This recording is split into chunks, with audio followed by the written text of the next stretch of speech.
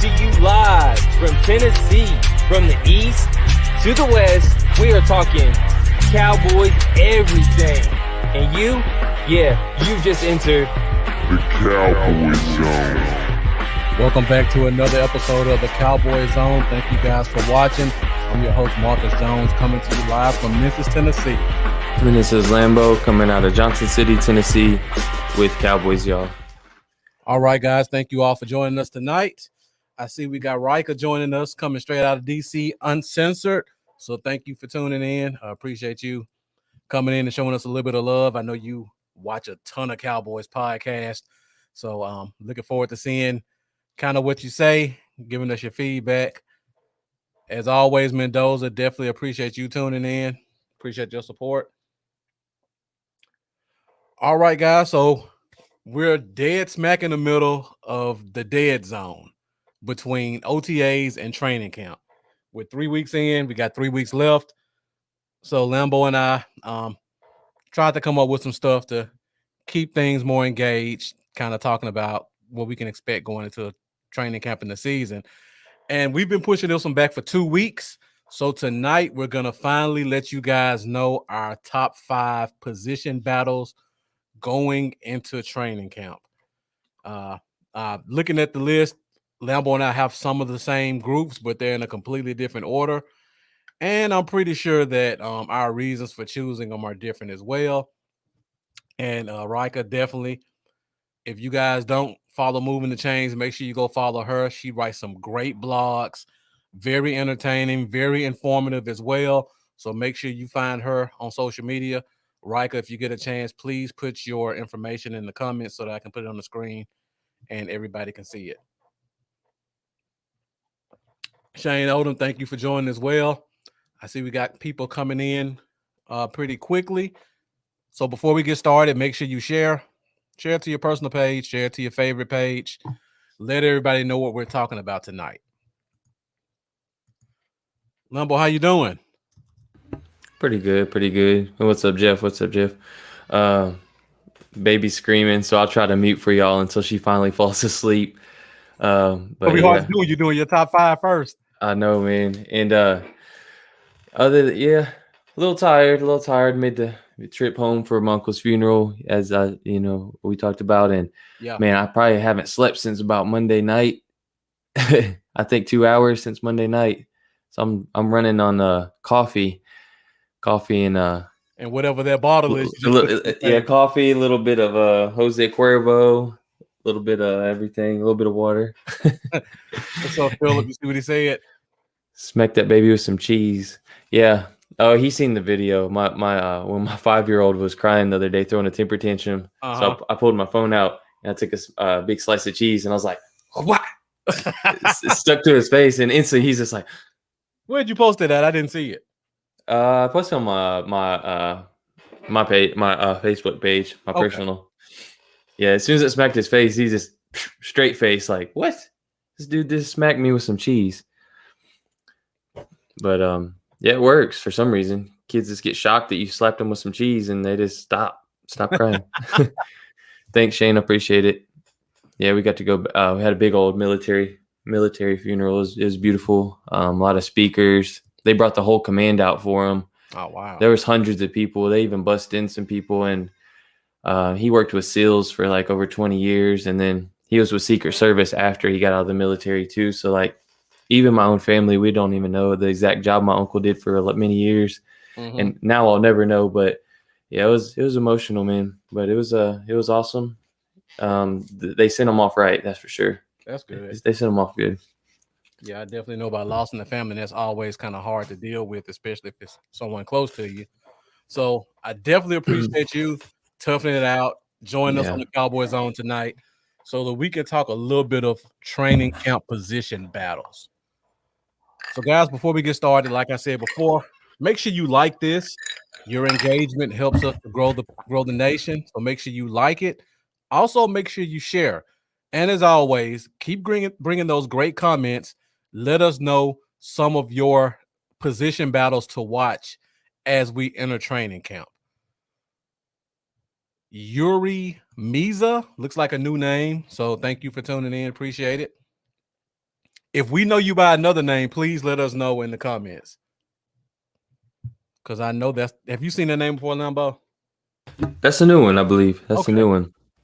I'm not sure if that's my page or your page or maybe the Cowboy Zone page. It's Facebook, so more than likely it's the Cowboys Own page, if I had to guess. Yeah, I think it is. I see we got Jersey in the house, so thank you. Appreciate you joining us Eastern time. All right, Lambo. So let's get into it. Like I said before, Lambo and I individually made our list in terms of top 5 position battles, and we're just gonna gotta kind of go through our list, tell you why we chose those groups. Lambo, before we get started, kind of let the people know your thought process and how you came up with ranking the position battles. Oh man, the thought process is really just where I seen the biggest hole to be filled. I mean, that was one of the things I kind of take into consideration. Another one is just the amount of new talent at that specific position, because we brought in a lot of young talent, and a lot of the young talent on this team, even from last year, hasn't really had a chance to prove themselves yet. So we even have, I mean, we have young talent from that we brought in this year, and we still have young talent from last year that we don't know what we got with. Motherfuckers. And so that alone is going to create a lot of, I mean, you got a bunch of hungry young dudes trying to establish themselves and, just get started in the NFL, you're going to have a ton of competition. I've kind of looked at a lot of those areas that got a lot of young, hungry guys. Yeah. Battling for a job.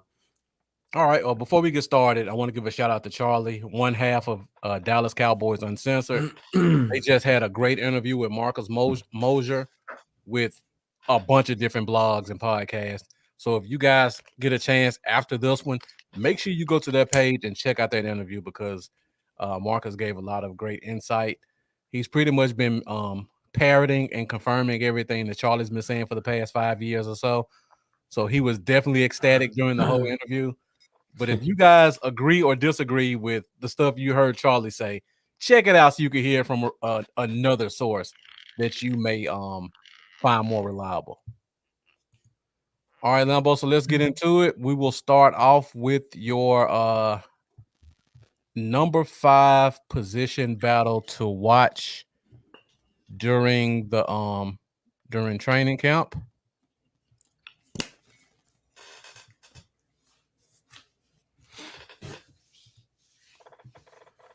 All right, Lambo. Number 5, you put offensive line. Yeah, and a lot of that really is coming down to seeing how we're going to fill out the end of that roster, how that's going to fill out. You mean the tackle position or the bottom of the roster? Just the bottom of the roster, as far as the offensive line goes, whether it's 9 or 10 and who fills up those last spot or two. There's a lot of mixed emotions on that, as far as a lot of, you see some people thinking Steele's out of here. You see some people, that think otherwise, right? Which I think we're those people. It's just gonna be interesting to see how the bottom of the roster shakes out. And then also I still we have read recently that Biotish is looking really good, apparently. Yeah, and looks like he's a 4-year vet out there. So center is already shook out. Connor Williams appears to be coming and starting. So I mean, we pretty much know who our starting 5 is going to be. I would like to see Connor McGovern at least push Williams a little bit at left guard, but most of it is just really seeing how the rest of the roster fills out, seeing if Josh Ball can jump right in where he's at as a rookie and go ahead and take that swing spot. Yeah, that's something I'm real interested in as well. So okay. So I know you put offensive line. Is there one position in particular that you're more focused on than another one? Mostly left guard and swing tackle. Okay. Yeah. And Rika says she's on the fence with Steele. He gives me traumatic Vietnam flashbacks. On the other hand, I want to see him after last year in his first training camp. Yeah. I'd like to see how he grows, because like like we've talked about before, undrafted guy got no offseason last year. Right. That's tough. That's real tough. And it looked horrible at first. Yeah. But then we started to see some progression as the year went on. That's kind of where I'm at with that, and where he's so young, and we're not going to need him to jump right in there right now. So he's a guy I'd feel good about going forward and see if he can continue to grow. Yeah. Actually, this time last year, almost 1 year to the day, we had Boss Cowboy on this show, and we were talking about undrafted free agents. And he and I were kind of going back and forth because he was the only person I heard that was high on Terrence Steele. Yeah. And he was kind of saying about the traits and let's see him year 2. And I'm looking forward to seeing what he does, see if Boss was right about that. Mm-hmm. I mean, everything he did last year, I expected it. Undrafted guy. Like you said, Lambo, he didn't get off season. Riker said the same thing. And you said Riker said she didn't see much improvement last year. I guess that's based on your assessment of improvement, because I thought he was god awful. Like, he shouldn't be on the team week 1. It was that bad at the beginning. He looked halfway respectable. And again, with no offseason as an undrafted rookie at arguably the hardest position, probably the 3rd hardest position on the offense, right tackle, I think he did okay. I'll give him a C, which, again, everything he went through, I think a C is a good grade for him, C-.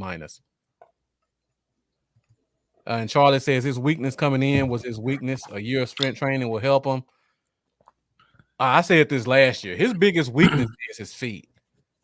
He has a tendency not to be able to shuffle his feet as well as he should, but he has like 35, 36-inch arms that helped him out a lot in college. So hopefully they can work on some technique to help him get in his sets a little bit more. And with his long arms, I think he would be okay. But again, hopefully we don't rely on him for a full season. Maybe it's 1 or 2 games. All right, Lambo, let's go to your number 4 position battle. If I can find it. All right, so your number 4 position battle is defensive tackle. So talk to us a little bit about the defensive tackle position. That one's really I don't know how much of necessarily a battle it's going to be, because I'm kind of expecting to see a lot of Urban and Gallimore early on. But I will say I'm just so excited to see a lot of these guys. Defense tackle has been a weak point for. No, that's my mistake. That's me. That's good. You're good. It's been a weak point for quite some time, man. And now we finally have a little bit reason to be a little bit more optimistic and excited. We bring in Brent Urban. The guy was around 2nd or 3rd best run graded defensive tackle in the league last year. That's huge, because obviously we've been terrible in stopping the run. What was it, like 31st against the run or something like that last year? So that's huge. Yeah. I'm excited to see him on the field. Gallimore showed a lot of promise as a rookie. I'm excited to see what he's going to do coming in this year. Tristan Hill, who I could completely was this. I mean, like many, didn't even want him on the team. He showed some real good flashes before the injury. So I'm excited to see what he's going to come back in and bring, knowing that, he's got his back against the wall too. So it's time to show up. And then you look at Osa Odigizua. There's tons of reason to be excited about this guy. Definitely. I mean, when we drafted him, I was like, hold on, how much does he weigh again? And I was focusing on those things. And then you start to look into him and really do some research, watch some college tape on him. And you're like, wow, this guy can play. And he's got some fierce hands. He knows how to use his hands. He's going to help. Definitely. He really is. Wrestling background and whatnot. And then, then we finally get a big nasty, which is something we don't do in Bohanna. So I'm excited to see if he does stick around on this roster or not and actually make this roster. It's going to be interesting to see, but there's just so much young talent on that defense in the interior there that, I mean, it really feels like anything could happen right now. Nothing's set in stone. So it's going to create for a really fun battle.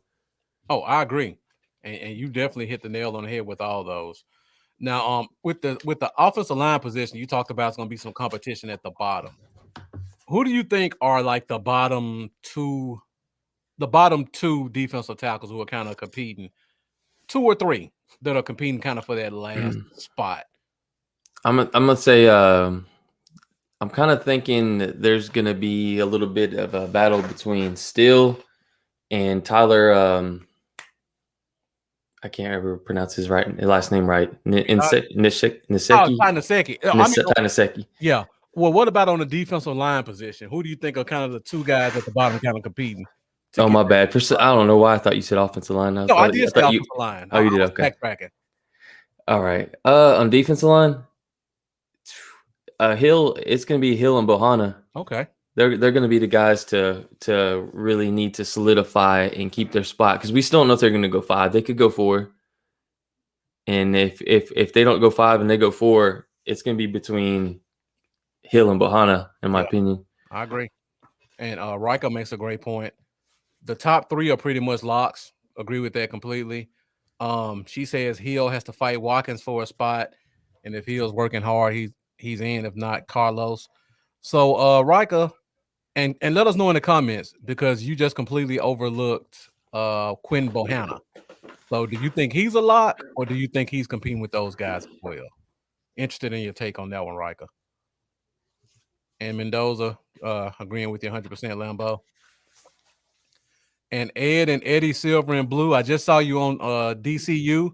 So thank you for coming over and joining us tonight as well. Make sure you subscribe. I'm Bluff City Cowboy. Lambo is Cowboys, y'all. Make sure you subscribe to both of our channels. And also make sure you hit that like button as well. That's for you and for everybody.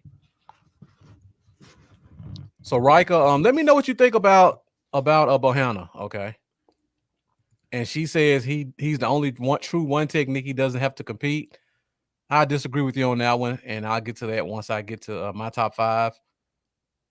And Eric, the second half of DCU, joining us as well. He's saying Hill is the only one without a sponsor. And people don't understand. Having a sponsor is a really big deal on a NFL team, because it's a lot of politics involved, especially if you're not a guy. And every little bit helps in terms of getting that roster spot. Yuri says, how do I follow y'all on YouTube? You could type in Bluff City Cowboys on YouTube. It should take you to Marcus's channel. Just hit subscribe, and then type in Cowboys y'all. And same thing, just hit subscribe. You'll see the channel pop up. We've got a ton of videos on there. I probably got a few hundred or so by now. Yeah, Lambo's been doing it for a while. And I apologize, Eric. The first half of DCU, not the second half. Oh, snap. That's funny. I was going to say something in that. I completely got off track with it. That was good. That's a good point, Riker. Damn, and DJ Dog says he's pulling for Hill and Bohanna both to make it. I am too. Yeah, we all love these guys. We're not saying we hate them, but there's only so many spots available. So DJ Dog, in the comments, let me know if Hill and Bohanna make it. Which guy do you think have to lose their spot? And Mendoza says he doesn't have Watkins making it. I'm kind of growing on Watkins, and I'll get to that once I get to my top 5. And and Eric going back and forth. How about we just go with the co-host instead of first half and second half? So I don't think being the true one technique is technically also guarantees Bohanna a spot, because Dan Quinn, if you look back at him, I don't believe he's always had a true one take. I could be wrong on that. That's a great point. When I think back, I'm trying to think of an instance where he had. They had Ray Jerry, who was about, and I just know that because I grew up with him. Yeah, 6'3", about 310 out of Ole Miss, first round pick. Mm-hmm. They also had this big kid. What's his name? He was a really big kid, and I remember on Hard Knocks they used to give him a hard time all the time. They had him. They played the kid from Clemson, Grady Jarrett, at one technique. I remember Grady Jarrett. Yeah. They played Grady Jarrett at the one technique quite often. Not Sanat, but you're close, Mendoza. I think you got to go back a year. Marlon Davidson? No, from it's not Marlon Davidson. You got to go Auburn. back. Wasn't he from Auburn? From Auburn. He's like Yeah. a year or two ago. You got to go back probably the first year of Dan Quinn. Dontari Poe was in there a little bit too, but that's before they transitioned out of the 3-4 and went to the 4-3. Yeah. Man, I can't remember his name. And I'm usually good at that, but not on the spot. But yeah, I'll look that up as well. But like I was saying, and Lambo, like you said, a big, fat, sloppy DT is not an important part of a Quinn system. And I think people forget, we love Brent Urban. He's 6'7", and he's like barely 300 pounds. Yeah. So it's really more about your technique and being able to two gap.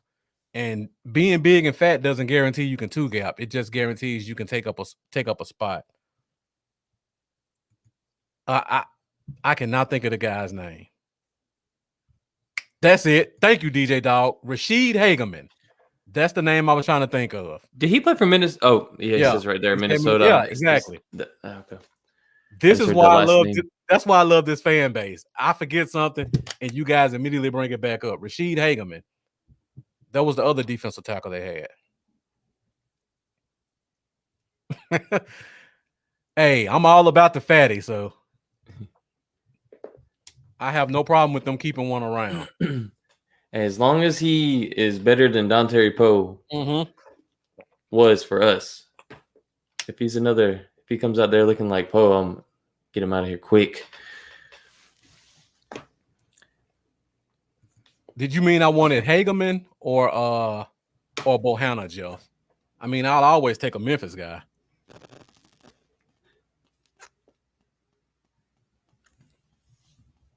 And I did like Hageman. I don't know if I was in love with him in that draft. If I'm not mistaken, that had to be 2014 or 2015 NFL draft. Yeah, Riker and Jeff both. Yeah. Yeah, I mean, he was a very athletic guy for his size. So I was interested in him in that draft. But yeah. All right, Lambo, let's go to. We're going through these pretty quick. This might be one of our shorter shows, and I don't have my computer to open the phone lines up. I was planning on going an hour just because I've been awake for so long. Yeah, but I'm feeling good. I'm feeling good now, so it's no rush. Oh, we're at 24 minutes, and you're not finished yet, so we probably will cut it about an hour. Yeah, if not, I can roll. I keep rolling. Good.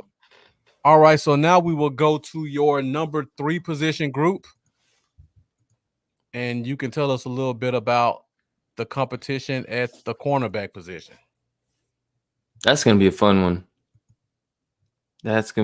So I agree. Phew, man. Obviously, Diggs is like the only true lock, and probably Jordan Lewis in the Nick slot. So, phew, man, it's gonna be interesting because we've had our thoughts on Anthony Brown often, throughout this the whole process of this offseason.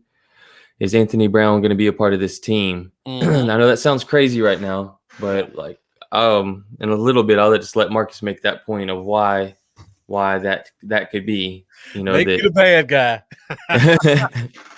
But so I mean, all right. So we got Boss Man Fat in the second round. What's up, Geechee? I know. Well, we both liked him. Yeah. We both liked him a lot. But the thing is, he's got a lot to learn. Yeah.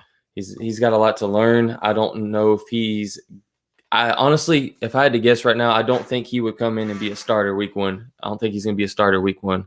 I could see him working his way to that by midseason possibly. And really that could be a saving grace for him, honestly, or saving grace for Anthony Brown if Boss Man's struggling a little bit throughout preseason. Yeah.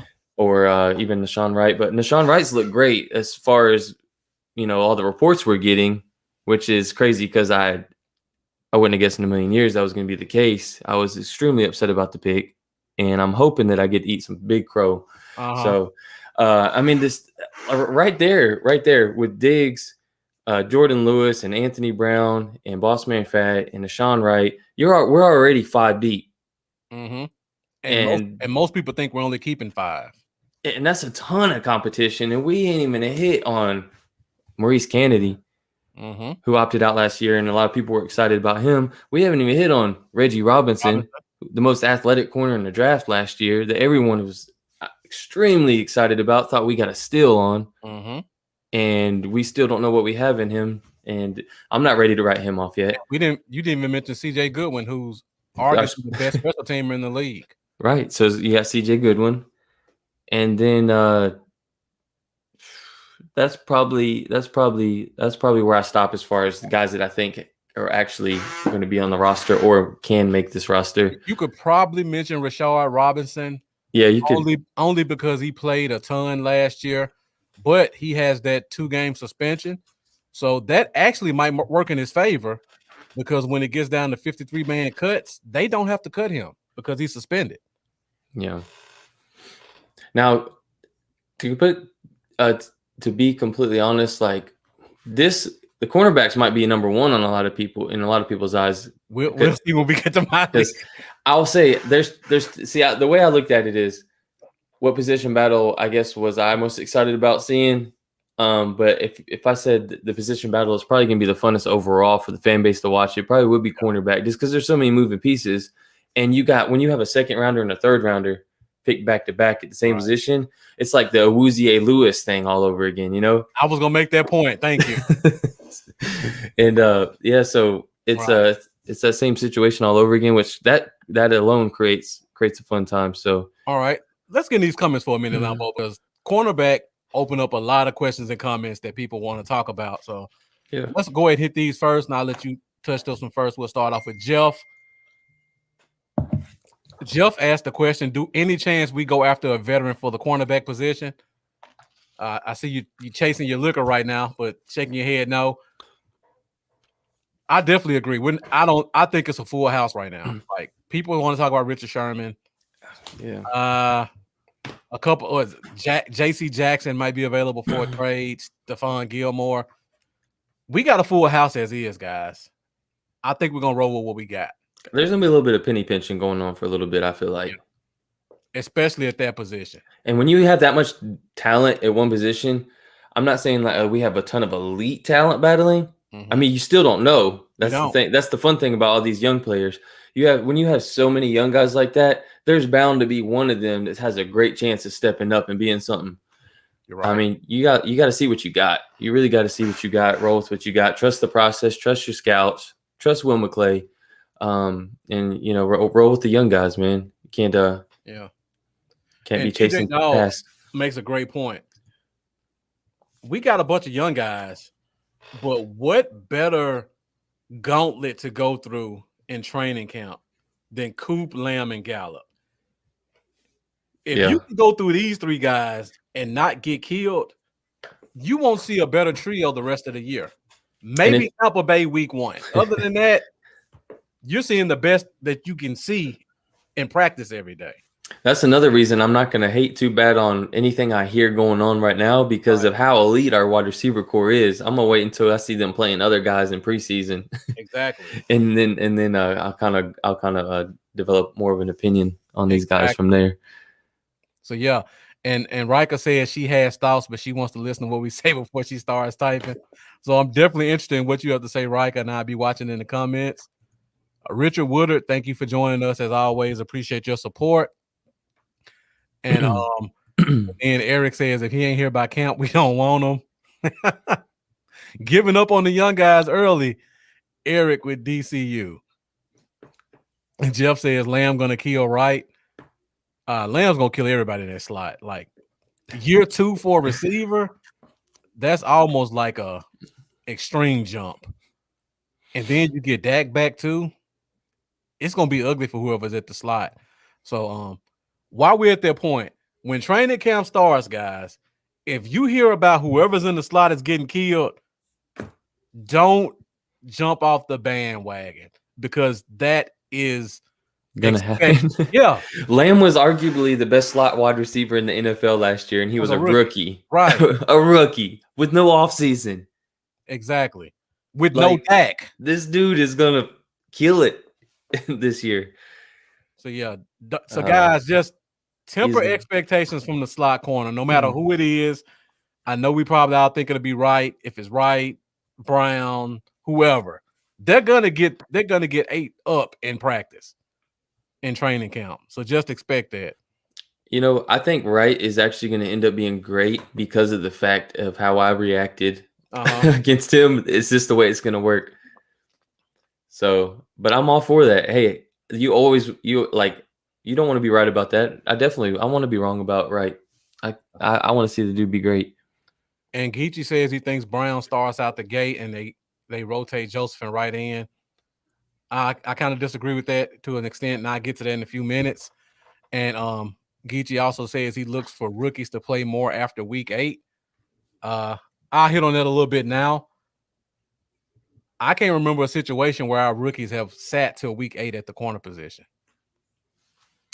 I mean, I don't want to get into it, but name me a situation where we took a corner in the top 3 rounds and he sat for 5 weeks. It hadn't happened in a long time. I know we all expect it to happen because they're young guys and it's a tough position, but the Cowboys throw them in the deep end and watch them sink or swim. Every one of them since probably 2014. Hell, we did it with undrafted guys last year. We brought it from the practice squad. Yeah. Which confused me because I was like, why is Reggie Robinson not being thrown in? Right. I still don't understand that. They put him at safety though. So that would be a good example, but they moved him to safety. Yeah. And Ed and Eddie said, yeah, like we just said, Lamb's gonna kill everybody. We just expect it. Mendoza says Reggie Robinson will be cornerback too eventually. If he makes the roster, I definitely agree. And Mendoza also backs it up. Diggs, Robinson, and Wright's link has him intrigued for a future cornerback set. And I feel like that's exactly what Dan Quinn and the DB coaches were looking at when they kind of went the direction they went in. Jeff talks about Rashard Robinson. Again, he suspended the first 2 weeks. So technically they don't have to cut him. So that may give him a chance to, God forbid, somebody get hurt week 1 or week 2, and then he comes off of suspension and he's fresh for 2 weeks. They'll find a spot for him, but we hope that doesn't happen. DJ Dog talks about bootleg football, has some nice things to say about Mukwamu. Said moving him to safety his last season in college was a mistake. I agree to that to an extent. What he does well, he does very well. But his feet are awful, and he's stiff for a guy his size. He can try to make up for it a little bit, but it's only so much that'll help you out when you get to the NFL level. Oh man, I see you guys went hard about the corners. I got to catch up. Riker says Brown starts week 1. He's not a starter by week 18. Right, a boss man will take that spot. Boss man wins on talent. Right wins on work ethic. Yeah. That's a great analysis. Again, I'll get into that more once I get to my top 5. I can see it going that way, but my gut just tells me it won't. I just don't buy the hype. I've seen it. I've seen the story play out too many times in Dallas Cowboy land. You got to remember, the Cowboys caught a lot of negative flack about that pick with Wright. And Jerry is known to let the good news out to make everybody look good. Yep, exactly. He's so I wouldn't even doubt that. He's known to pump up some I don't know how you could word it, but pretty much just find a good reasoning to back a decision. Right. So I gotta see it. Yeah, the fact that they're hyping a guy that everybody kind of expects not to be good kind of lets you know they're kind of trying to build some some goodwill before we get in the training camp. So they can say, oh, well, he looked good in OTAs. He's just going through a rough patch right now in training camp, but he'll pick it back up because he showed it to us. That type of talk. And Mendoza says Poole has been his guy. Please elaborate on which Poole you mean. I think you talk about a free agent Poole. And going back to Jeff's comment at the top, talking about Xavier Howard, I don't see that one happening. His big deal right now is money in Miami. And once a guy's complaining about money, he's definitely not coming to Dallas. And Rika saying she looked into a crystal ball to give us that prediction. So I'll definitely make a note of that when they get back to it when the season starts. And Eric saying he's taking the value bet and right. Pretty sure you're on the island. Yeah, if you could go to Vegas and put some money down right now on who will be the starter, and you can put some money down on right, I think if it happened, you make quite a bit. And then Geach saying, yeah, preseason with our receivers, and then not even the starters. Look at the backups. You got Semi, who's probably going to come in that second unit and be your lead receiver. He can cook some guys with the right quarterback. And then you look at the Giants that we got in undrafted free agency, and I'll go down the list again really quick, and we stay on this topic for quite a while, but it's a great dialogue. So we start off, we go to we got 6'4" Brandon Eagles, 210. Then you come back from that one, and you have Osiris Mitchell, who's 6'4", probably 210. And then you got the guy everybody's already fallen in love with, TJ Vasher, who's like 6'6". Yes. I remember 6'6", 205. I remember us talking about that dude like in freaking January. Right. Yeah, you've been on him for a while, Lambo. I give you that one. It's because I caught that catch that I was watching the game and just happened to catch that crazy reception he had, that one-handed snatch, man. I was like, wow, the wingspan on this dude is ridiculous. Right. And then you got the smallest receiver who may actually be the most physical receiver in Brandon Smith out of Iowa, and he's like 6'2", 210. So all these corners we got are going to have a lot of competition when it comes to training camp. Like you get no breaks this year in training camp. Every guy is bringing it. And then we look at these undrafted guys, they're looking at Malik Turner's probably gone, so that number 6 receiver spot is open. And then they look at Noah Brown, only had 15 catches last year. Cedric Wilson only had 15 catches last year. That doesn't guarantee you a roster spot. So one good training camp and an undrafted and Aaron Parker, Rhode Island, right? Yeah. And who's the other guy? Which one? Stephen Guidry? Is that the one we kept? Or there was Guidry and the other guy. Oh, I think he's gone now. Okay, so Guidry, big old Texas A&M dude, 6'4", 6'5".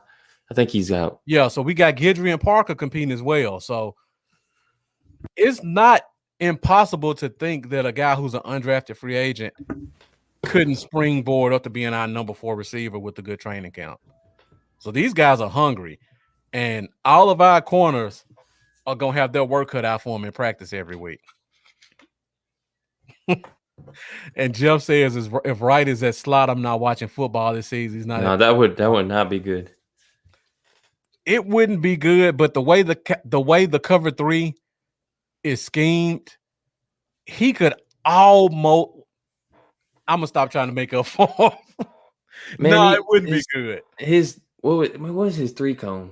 Yeah, his 3 cone was like a 7, which is awful for him. It was a 7-2, if I'm not mistaken. There was a 300-something pound lineman that had like around the same exact speed as him. Yeah. I can't remember which one it was. Yeah, but I'll put this chart up real quick talking about the cover 3.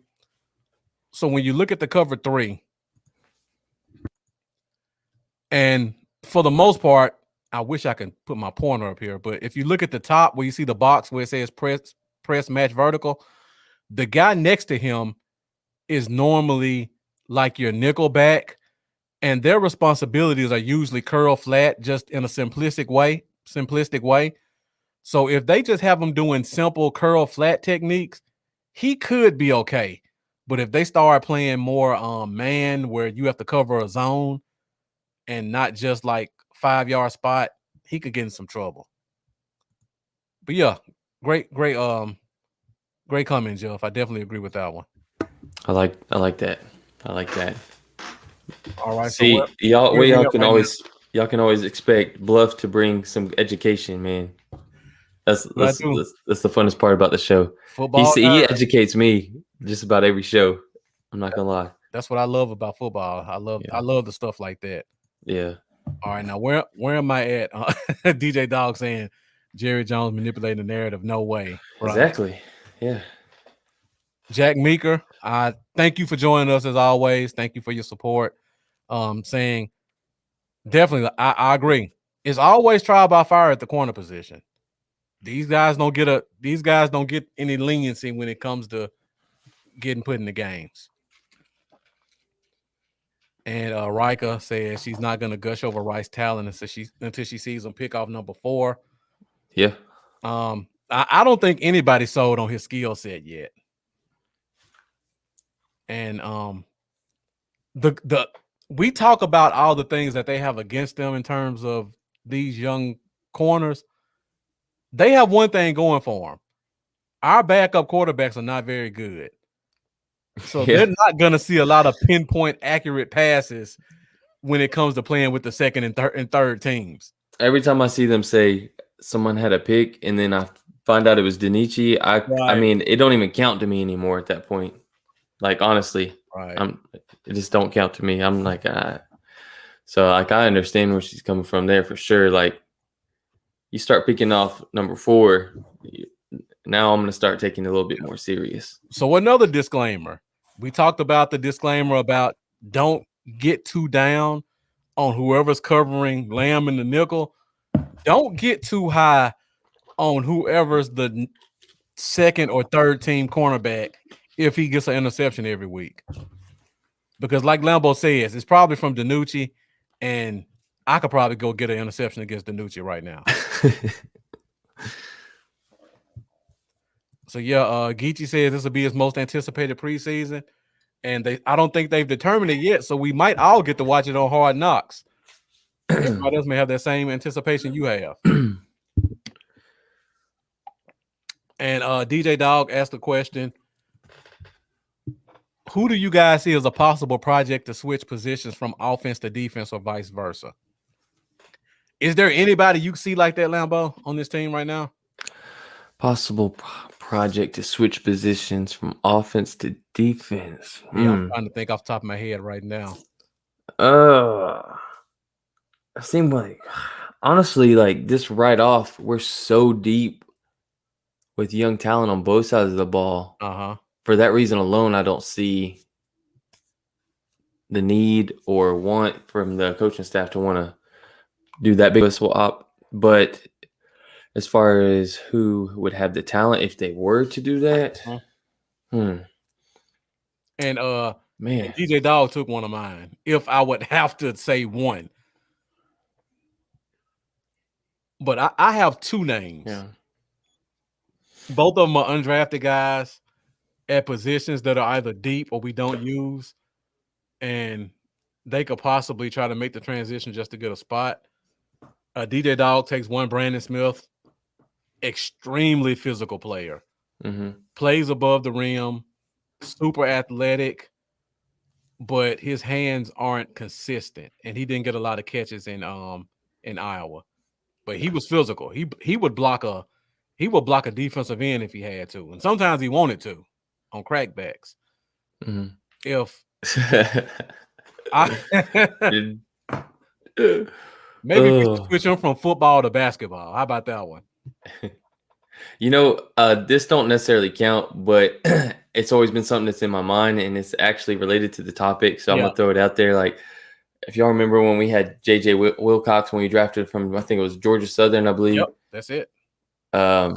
He was a kick-ass running back. as well. I mean, you go back and find his some of his running back tape from college. Like he looked like little Marion Barber out there, man. Like that's who he kind of reminded me of. Yeah, He's he always a played guy running back that and some slot back too. yeah, and he was always a dude I always kept wishing when he was on the team that they give him a little chance at RB2, RB3. Uh-huh. Just to give him, I wanted to see him get a couple of carries in the NFL. He never got to it, but that's a dude that I always wish that would have got a little bit of a chance. I think he could have been a better running back in the NFL than the safety, honestly. Another guy that I would point out is Nick Austin, the fullback, because I think he played a little bit of defense in college very, very early on. To me, fullback and linebacker are pretty interchangeable in terms of like a Sam linebacker. And the fullback position is dying in the league. So if they don't want to keep a fullback and he wants to make the team, maybe he could go to linebacker. And then Jeff points out Bohanna, the fullback. I would love to see him in some goal line. They did it with Woods some, don't they? They did it with Woods a little bit, yeah. I could see that every now and then. Team, definitely. And Riker says we could put Danucci. He could play man if it's set on easy. And Jeff says he could be the lead water boy. All right, guys. So keep the comments coming. Great dialogue talking about that cornerback position. And I don't know. Was that your number 3 position, Lambo, or number 2? I got so deep into the comments, I lost track of where we were. 3 like Dell. All right, that was your number 3. So let's go to your number 2 position battle in camp. And that would be the linebacker position. So let us know about the linebacker position and why you think this will be such a big battle. This one's going to be a little bit sad for me in a way because what I believe is going to happen is Luke Gifford is going to be the odd man out. And I like Luke Gifford, and I've been wanting to see – I feel like he's got a lot of potential. I've been wanting to see what he could bring. I feel like he's going to be a guy that's going to end up going to another team probably at some point this season and end up possibly landing a starting job. We see that happen every so often. Kind of like when guys slip through, like Ward, and we have that happen often. It seems like, but there's just so much talent right ahead of him and young talent that starting from the top, Jalen. Opinions they vary on Jalen.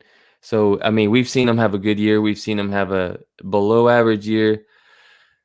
We've seen him do things good and do things terrible. The thing about Jalen is, like,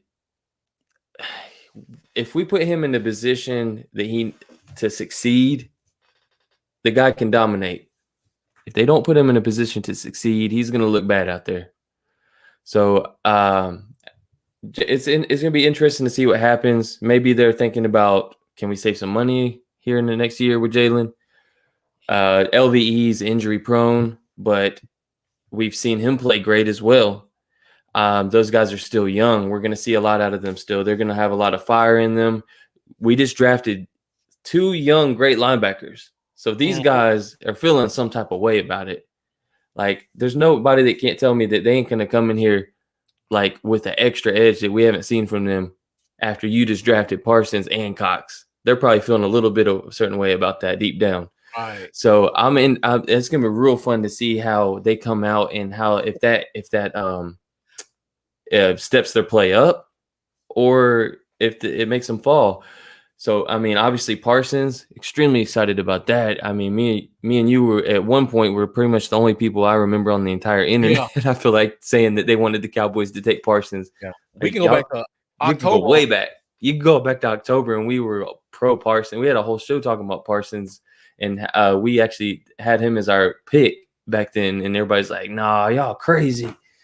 But so I'm excited about Parsons. Still am. I always have been. And Cox.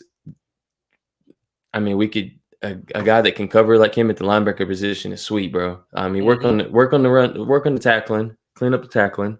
But I mean, he's got some real skill as far as pass defense goes.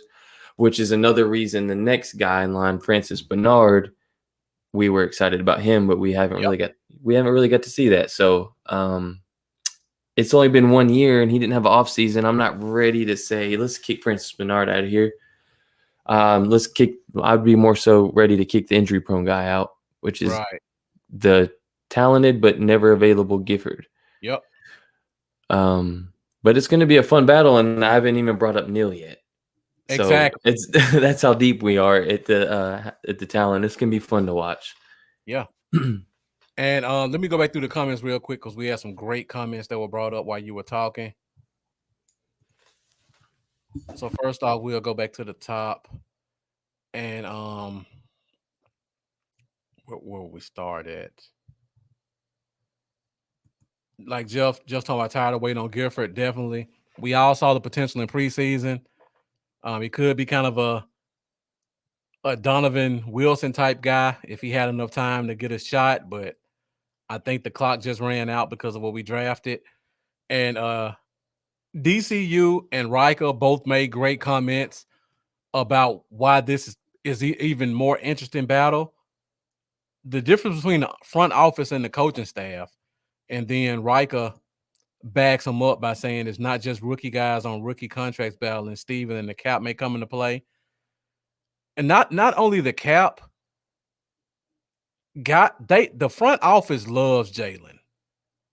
Like, there's no reason Jalen Smith should have been playing 95% of the snaps every game, except for the fact that the front office loved him. Because anybody who watched the tape could see he was struggling.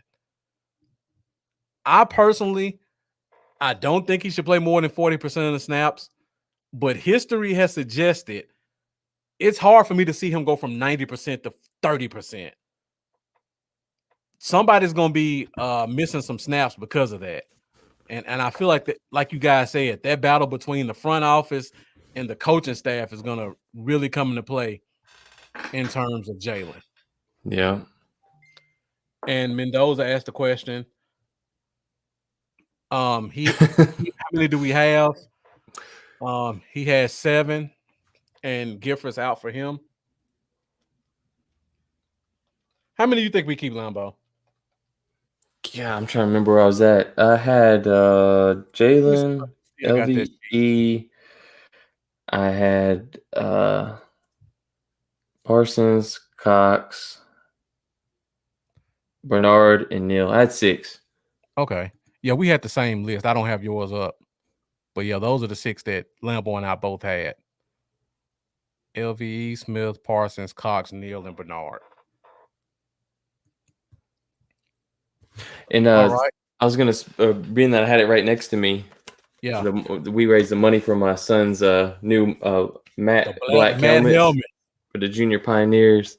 Always. And, being that we was talking about Michael Parsons, I had to get him the signature battle pacifier mouthpiece that Michael Parsons hopefully rocks in the NFL, but he's rocking it at Penn State. How old is your son, Lambo? Got the pacifier, 7. That's a nice ass helmet for a 7-year-old. It's beautiful. It's beautiful. When I was a kid, y'all remember the Thurman Thomas face mask that came across it had the whole piece across the middle? Yeah. The whole Thurman Thomas looking junk, man. I had that ugly helmet with the bar straight down the middle. My shoulder pads was like out to here. I couldn't move my arm like this far.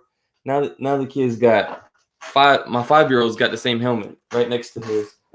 They get the nice helmets. They got the slim shoulder pads. They got the slim pants pads. Like, these kids got it made, man. Compared to back in the day, everybody remembers how big the shoulder pads was when we was kids. Definitely. Now look at this. Number boy they got all the good stuff, man. All the slim fit stuff. It's funny, man. It's funny. I can remember when I played football in high school, we were able to take the pads from the cornerbacks if we left our pads. That's just how big everybody's pads were. Yep. And Jack Meeker and Riker both talking about Jalen, his marketability. The Joneses love that. He has a deal with Jerry, marketing deal with the CEV. And just all the stuff that Jalen does is kind of an ambassador for the Cowboys. Like I know you guys follow social media a lot. Whenever there's a signing event or a promotional event or a Cowboys trip, Jalen Smith is going to be involved some way, somehow. Shout out. Let's see. Yeah, DJ Dog talks about the days of 3 years and you're out. If by the third year they can't be trusted as a replacement, then draft another guy. We definitely go away from that quite a bit in Dallas Cowboy land. They like to give the guys they draft a much longer leash than some teams do. And because of what you said, that's kind of one of the reasons I feel like some of these guys that people think are going to get cut are going to push some veterans out who've been here 4 or 5 years, because that leash for younger guys is a little bit longer than most people think. All right, Lambo, we're at 56 minutes. I did not expect just your part to take an hour. Oh, it's all good. Shouts out to all you guys in the comments with the great comments. When I get to my top 5, Lambo and I have pretty much the same list, so I'll just try to hit some of the points that he didn't hit when I get to mine. And DCU Uncensored, we held a giant car show in town to raise money for them helmets, for real. So I was like, I wasn't about to buy one. That didn't come from me. I'm just to throw that out there. They did a good job raising money. All right, Lambo, let's go to your number 1 position battle as we enter training camp. And that would be the tight end position. So tell us about the tight end position and why you think that's the number 1 position battle to watch out for.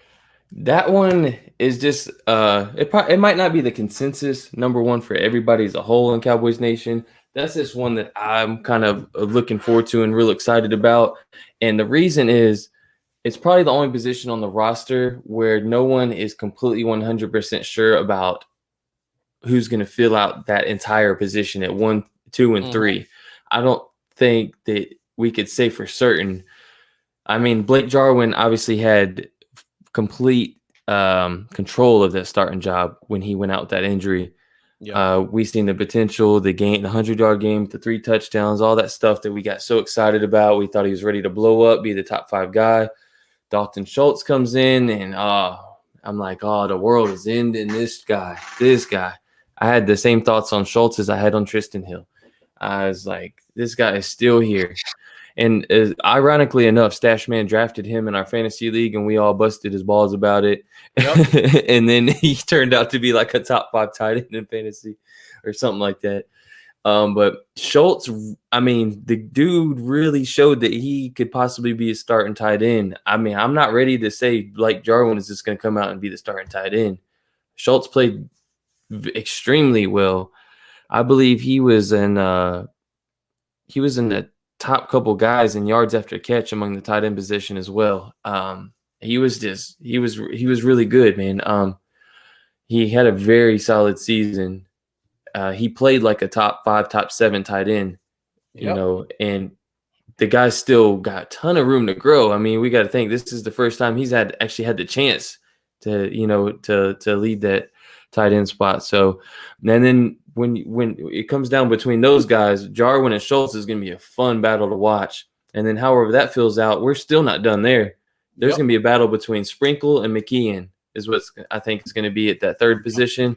You had Sprinkle, I had McKeon, and that's going to be fun to watch. So, I mean, not only are you looking at who's going to win, who's going to be at 1st and 2nd, you're also going to who's winning that tight end 3 battle. So the whole tight end position as a whole is going to be a battle, and that's going to be interesting to see how that all plays out. So since you think McKeon is going to take the spot, I'll answer this one about Sprinkle. I don't think he has a chance to get the number 2 spot, but I will say this. He has more NFL starts than Schultz and Jarwin combined. So when you're an NFL veteran and clearly somebody liked you enough for them to bring you here as a free agent, you do have a shot to make the team and get a number 2 spot. I don't think it'll happen, but just from an experience level, it's a possibility. And Mendoza kind of back you up. Yeah, definitely one of our strongest rooms. Going to be a great battle to watch. Jeff thinks Schultz wins out. I'm actually agreeing with you, Jeff. I think Schultz I'm, wins out as well. I'm leaning towards Schultz as well. Yeah, but that's the beauty of the competition. You really don't know. So where's Jarwin's guaranteed money at? He's got 2 years left on the contract that he signed. He signed a 3-year deal. I think he's got 2 years left. I believe. I could be wrong on that. Someone correct me if I'm wrong, but I believe he's got 2 years left.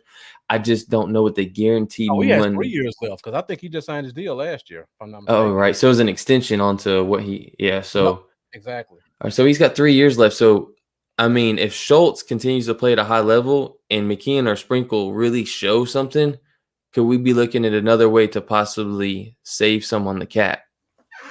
Would that be in consideration? I'm looking at Blake Jarwin's contract right now. Okay. He signed a 4-year, $22 million deal. His signing bonus was only $4 million, but $3 million of his contract this year is guaranteed. His contract, his base salary is $3.5 million. $3 million of is guaranteed. So he has a $6 million dead cap hit this year. Okay. He's not going anywhere this year. No, this year is playing out for sure.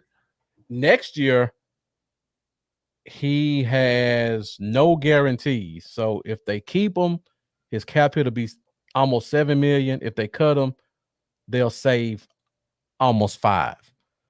So this is where it's going to be interesting. Yeah. This is where it kind of also keeps me leading towards Schultz winning the job. You want to find out you got the guy before you lose your guy. So I feel like Schultz will have every opportunity to show that he can be the guy so that they feel comfortable going into offseason, letting Jarwin go and saving a little bit of money on that cap. Stephen Jones is just like this. He's I going, can save $5 million. Schultz does. Right. So if you're sitting there and half of the fan base don't even know off the top of their head which one they think should be the starter, that alone tells me that Jarwin ain't worth that much more money than Schultz at this point. Right.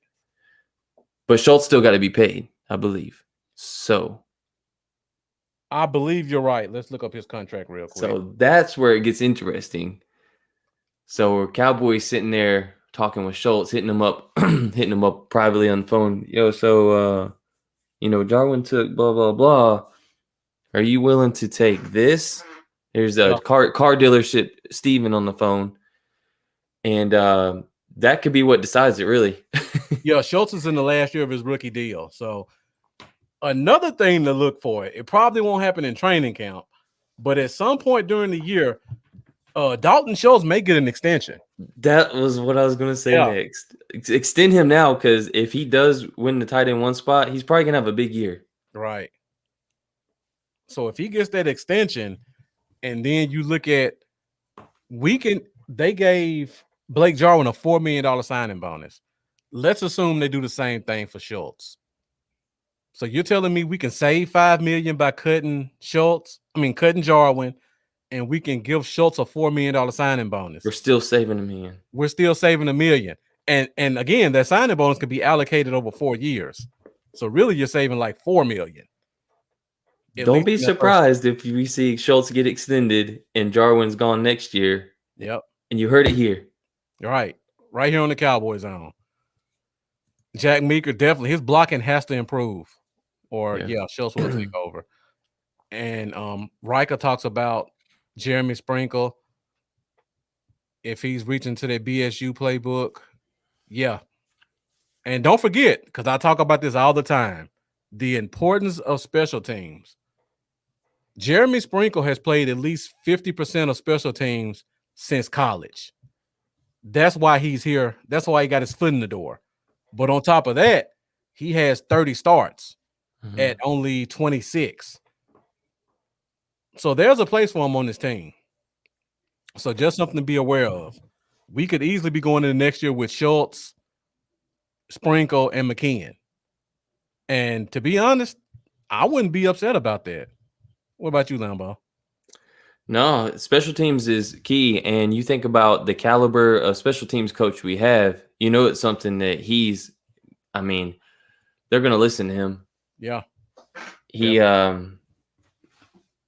So it's definitely very important and something that we haven't been the best on in recent years as well. So it's something to definitely take extremely serious.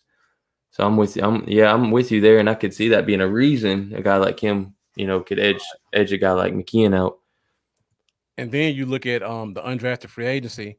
We have a guy like the kid out of Michigan. Let me see if I have him pulled up.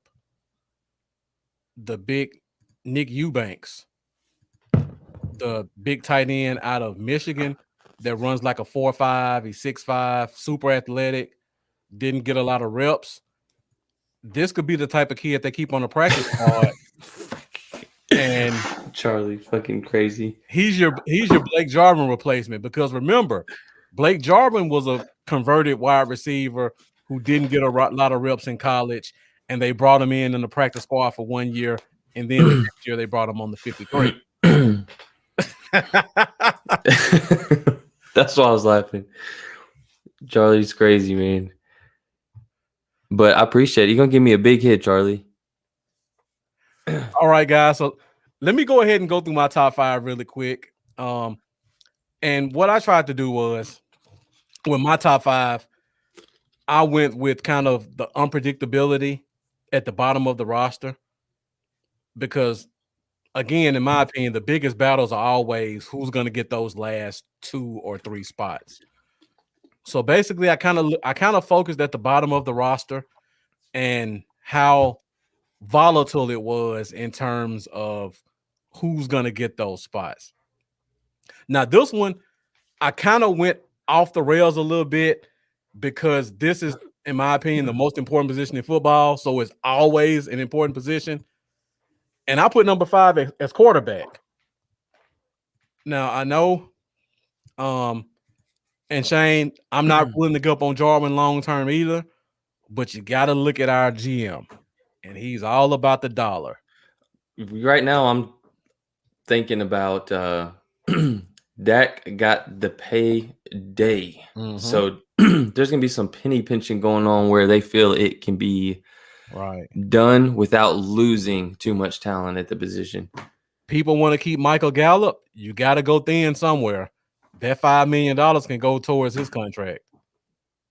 Yeah. Although I still have my thoughts on that. Yeah, that's for another show. We'll probably hit on that one next week. So top 5 position battles.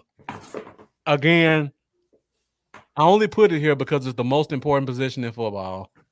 If something happens to Dak, we really need a guy that can come in and compete. And I feel like just for that reason that the battle is important, I still feel like there may be a guy who's not on this team right now who could possibly get that number 2 spot.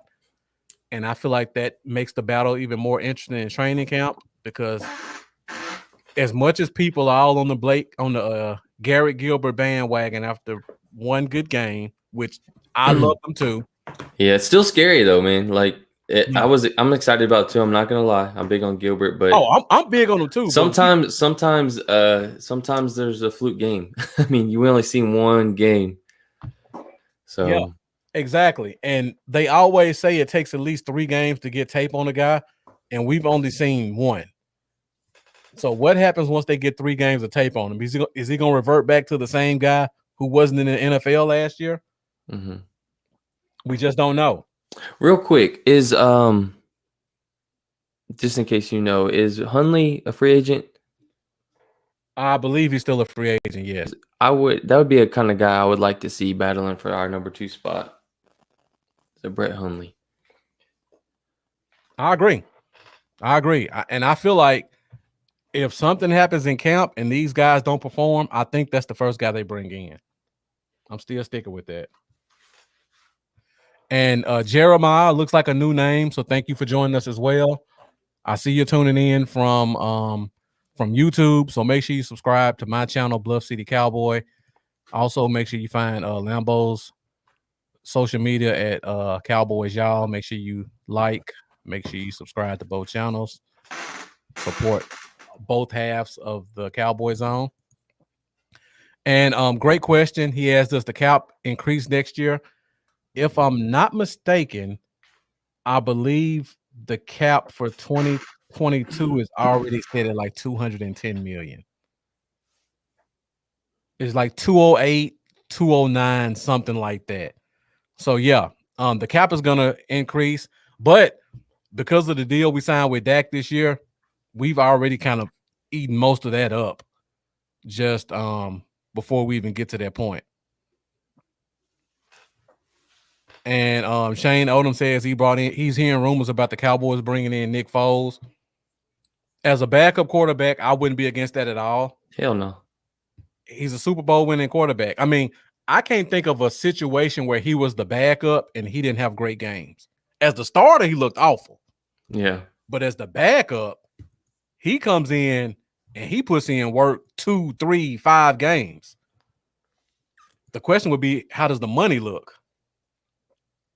Yeah. Yeah. Jack Meeker, Brett Hundley's the guy we kind of talking about. They brought him in for a look. That's one of the guys that we're thinking about.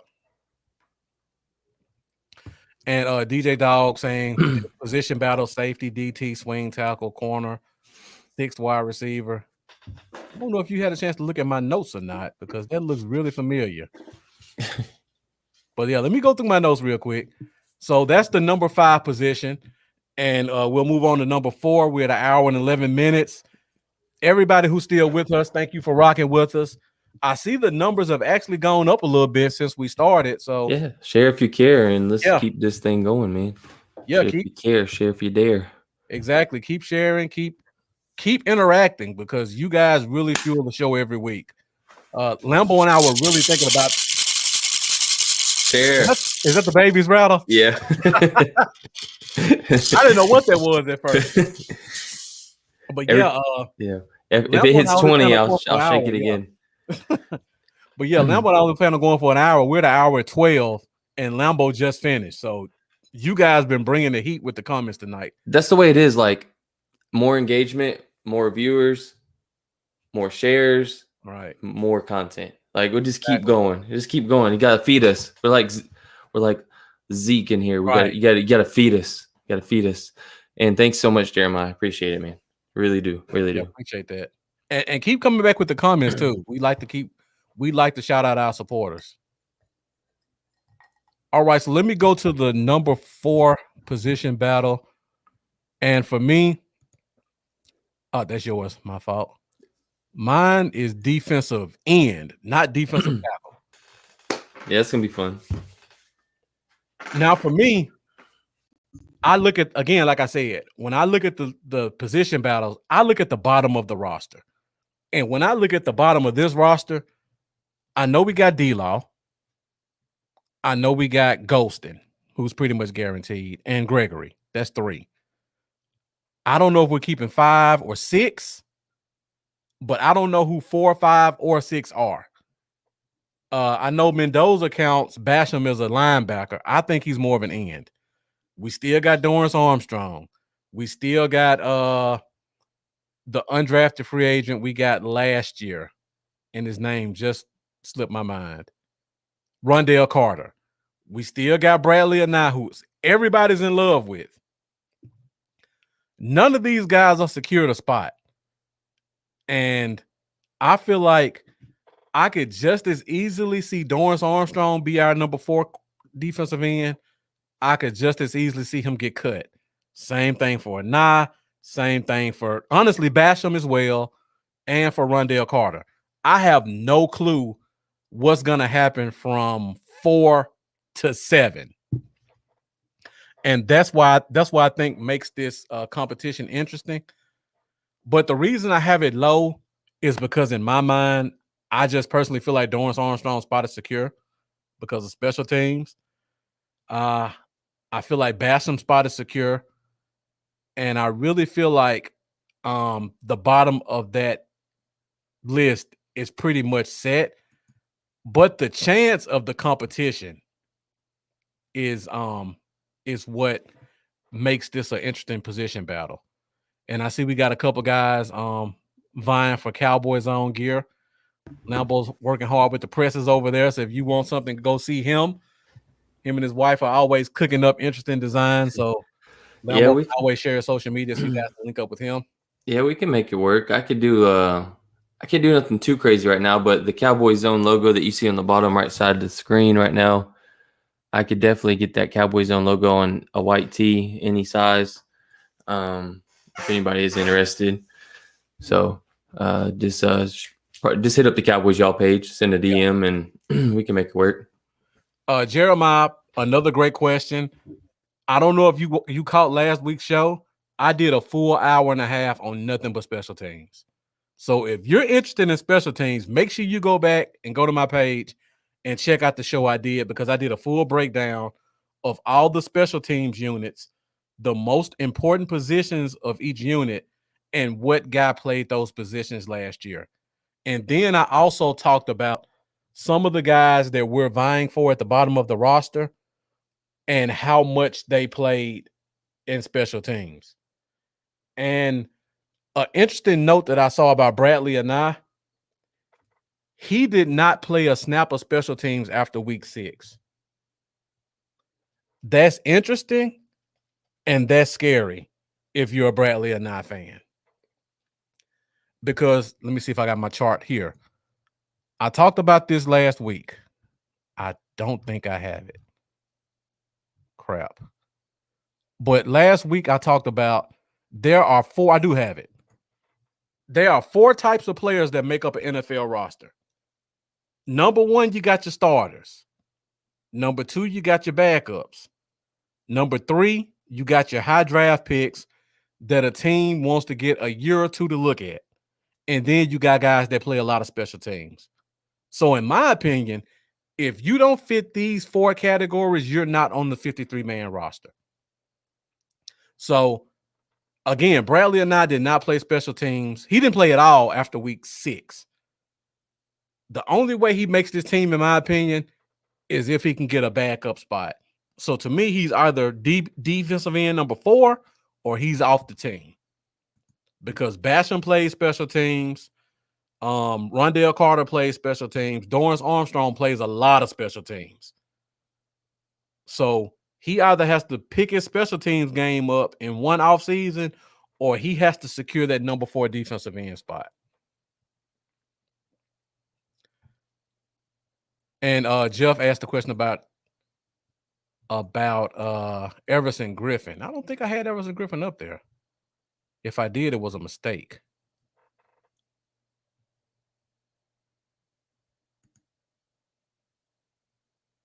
Jeff, I don't have Everson Griffin up here. 97. That's that's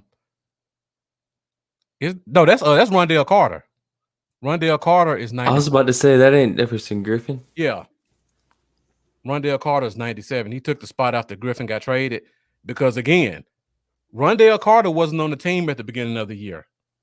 He was cut. He was picked up by the Colts on their practice squad. When Everson Griffin got traded, the Cowboys re-signed Rondell Carter, and he played every special teams from like week 9 to week 16. And again, the opposite of that, Bradley Anai did not play a snap of football past week 6. Very interesting shift in terms of playing time. But again, we got a training camp this year. These guys get a chance to prove themselves on the field. So very interesting at the bottom of the roster with those guys. And Jeremiah, thank you. I appreciate you checking that out. And yeah, I have Basham as an end. He could be considered a linebacker, but I just have him as an end. And Shane Odom asked about running backs as Zeke lost a step. I mean, I think Lambo and I both agree that the running back position is set. Zeke, Pollard, and the kid from South Carolina. Dowdle? Yeah, Dowdle, Rico Dowdle. So, yeah, I think that position's set. We all know those are 3 guys, so we don't really even talk about that battle. If you guys want to talk about running backs, again, Dallas Cowboys Uncensored had a great show with Marcus Mosier today. They talked about the running back position, and Marcus made a very bold prediction where he said, watch the Cowboys about week 5 or week 6 and look at Tony Pollard and see if his snap counts increase dramatically. So I don't want to give the whole interview away. So if you haven't done so already, go follow Eric and Charlie. Go follow Dallas Cowboys Uncensored. And go check out that interview they just did with Marcus today. And Mendoza says Basham and RG fit that description. I think that has value for DQ. Yeah, definitely. And I keep saying this. I feel like Anai has to be the number 4 defensive end. If he's not ahead of everybody other than Gregory, Lawrence, and Golston, I don't see him having a spot on this team. All right, guys. So let me go to my number 3 position. I'm sorry. I agree, Jack. I agree. That'd be awesome. Okay. The way my bank account is set up this year. When mine said I'm Right. already, duh, I'm late on the mortgage. Y'all When I thought it was gonna be in Dallas, you were gonna see me there. I was gonna find a way to get to Dallas, but Oxnard, my pockets ain't ready for that trip yet. Hey, if the Cash App blows up, I'll be there. But until then, I'm stuck here in Tennessee. Man, the Cash App would have to explode for me to be able to get to Oxnard this year. Now, next year, if I got time to save up a little bit, I might be able to move some things around. I'm still trying to go to a game this year. Not even thinking about a training camp. So yeah, I don't think I'm gonna make a game this year, unfortunately. I'm trying my hardest, but the ticket prices are ridiculous right now. The last time I went to a game, I think I paid like $260, and I was 13 rows from the field, kind of in the end zone. Maybe, and it's a huge maybe. Like, shoot, I would be happy if we could even pull off a live show together when in this season, possibly. And everybody's like, "Oh, y'all are both in Tennessee." The crazy thing is that about people don't realize is how wide Tennessee is. So, like, I'm in Northeast Tennessee. Like, literally, like, I could drive 30 minutes to North Carolina, 30 minutes to Kentucky, and 30 minutes to Virginia. Like, I'm in this Northeast little bubble up here. Marcus is, like, all the way to the west in the south end. Southwest, I'm the Northeast, and he's in Memphis, and I'm up here at this little tip. We are literally like a 7.5-hour drive apart in the same state. I'm a quarter mile from the Mississippi border where I live at right now. Yeah, and that's how far south I am. Yeah, you're like all the way down there, and I'm literally all the way by Kentucky, North Carolina, like barely in Tennessee. Yeah, I'm 2 minutes from Mississippi and 5 minutes from Arkansas. Yeah, and Jeff. Every trip I've been on, Jeff been there too. But yeah, we pay like $275 to sit 10 rows from the field. Now you got to pay $400 just to get in the 300 section. Yeah, ridiculous. The last game I went to is like I think the worth of the ticket was probably $400 or something. It was up there. Yeah, and Charlie, I don't even want to know the price because I don't want to cry on camera. But 2 tickets for a primetime game, I know you had to refinance the mortgage for that one. I know you put some money out for it. Tennessee's like he's a sideways California. It kind of is. That's pretty accurate. And that's not even considering the mountains you got to drive through on your end to get here. Yeah, that makes it a lot further than it even looks because, it looks this long, but I'm going like this. Right. Like for like half the state, and then it starts to finally just sizzle out. How far are you from Nashville, Lambo? I don't think I've ever asked you that. 5 hours. Wow, you're 5 hours from Nashville? I am closer to Atlanta, 4 hours. Atlanta is 4 hours to my south. Charlotte is 3 hours to my east. I'm closer to DC than I am to you. Wow, because I'm 3 hours from Nashville, less than 3, really. I could get to DC before I can get to Memphis, and I'm in Tennessee. So, yes, you are correct. I love it. It is a beautiful state. It is beautiful, and I absolutely love. I love where I'm at. Beautiful mountains and stuff. I love it. All right, we're at 1:24. Gonna try to get out here in under 2 hours. So let me go to my number 3 position battle, and I feel like this one is very interesting as well because the bottom of it, we've had quite a few debates about this, and I went offensive tackle specifically. Okay. Now again, we talk about the free agent Ty Nsekhe. We talk about Terrence Steele. We talk about Brandon Knight. Those are the 3 names we all know. Then you throw in the drafted guy, Josh Ball. He's a 4th round pick. Those guys are pretty much guaranteed a spot, in my opinion. So now, let me just backtrack a little bit. Lambo, how many offensive linemen do you think we keep in total on the 53-man roster? If I was a betting man, I would say 10. 10. But no less than 9. I don't think I want to do the talk you want to do about Ball Riker. I'll bring them up. So, Lambo, you said we're going to keep 10 offensive linemen. All right. We got 5 starters. Off top, that's 5 spots. You got Connor McGovern. That's 6 spots. Mm-hmm. I got 5 tackles only listed on the screen right now. And this isn't all the offensive linemen. So it's going to be very interesting once you get to that offensive tackle position. Yeah. You got the big kid. I can't even pronounce his last name. Arlason or Alakarn. I can't say it either. The big kid from the International Development League. He was guaranteed a spot last year.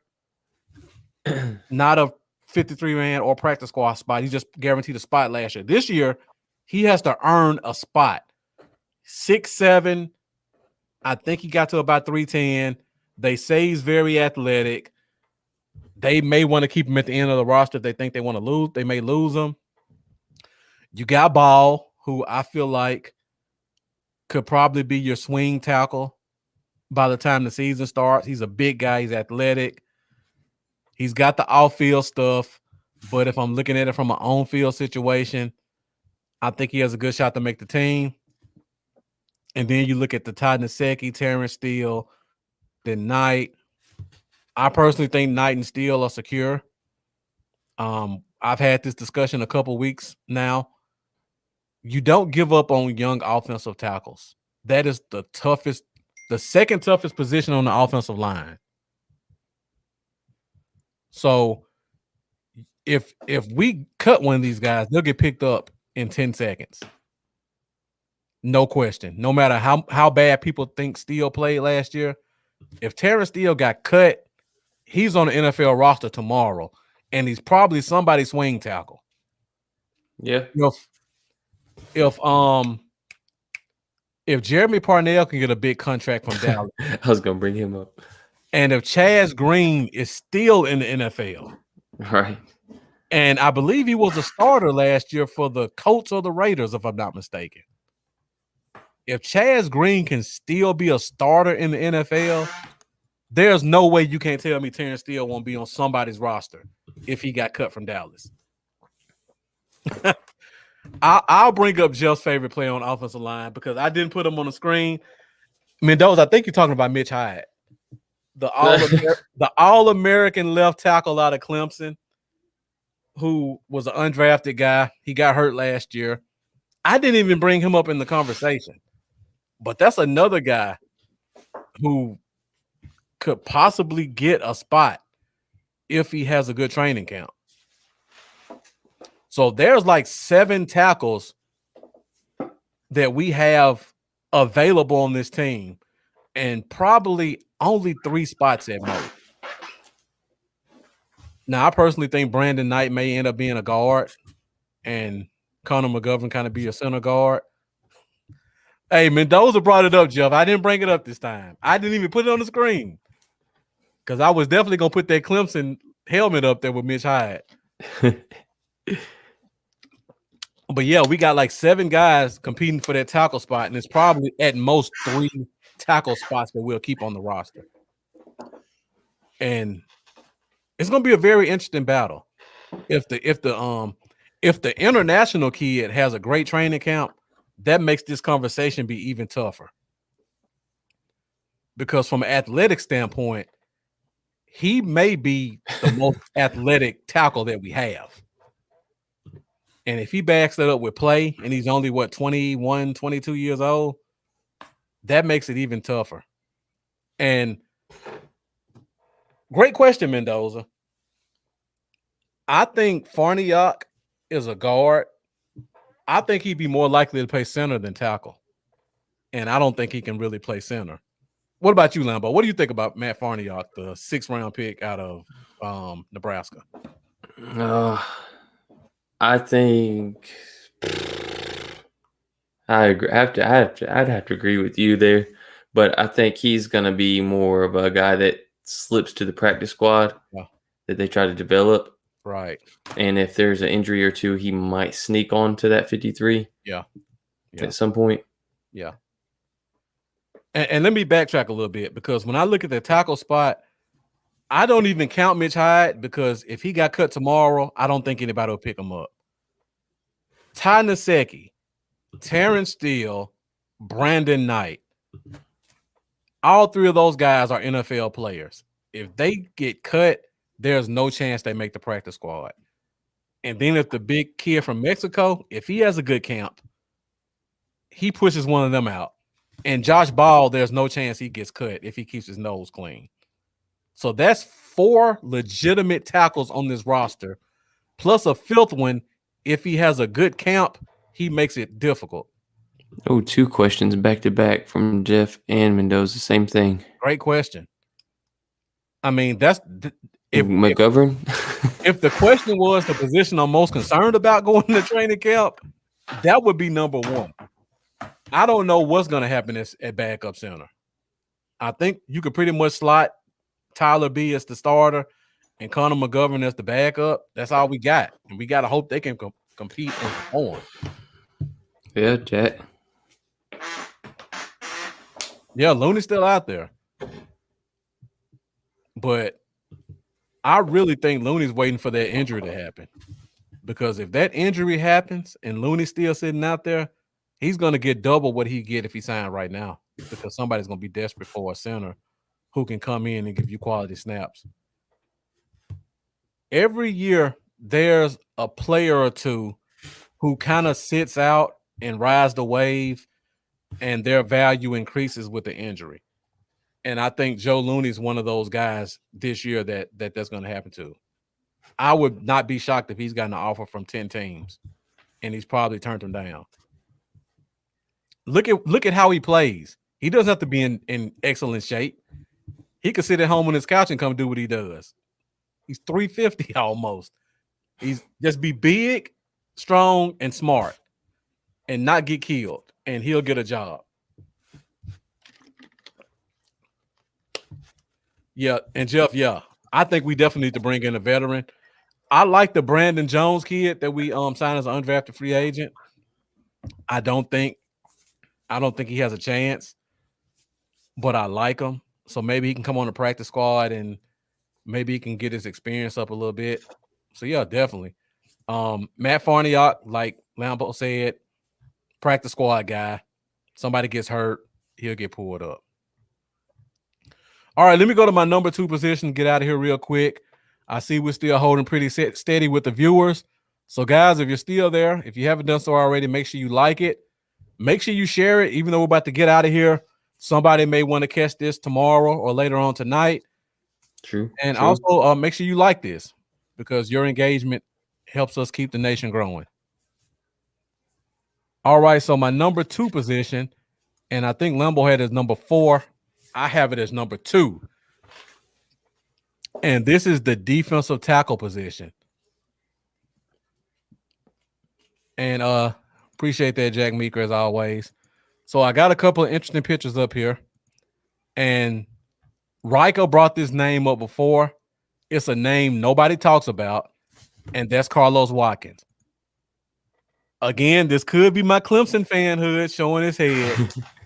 But on a roster with Dexter Jackson and all those other highly touted first-round Clemson defensive tackles, Carlos Watkins led all of them in sacks at Clemson. I personally feel like he's a victim of being a 4-3 penetrating defensive tackle, getting drafted by a 3-4 team and getting played out of position. When I look at what Dan Quinn did this offseason, he wanted big, strong, penetrating defensive tackles with long arms. Carlos Watkins fits all of those measurables. Nah, I feel like nobody's talking about him because most fans don't know who he is, and he was an afterthought in Houston. But don't count him out too fast. I think he has a chance to, if not make the roster, make it difficult for a guy like Bohanna to get that last roster spot. And this is why I kind of disagree with other people. I don't think just because his size, Bohanna is guaranteed a spot.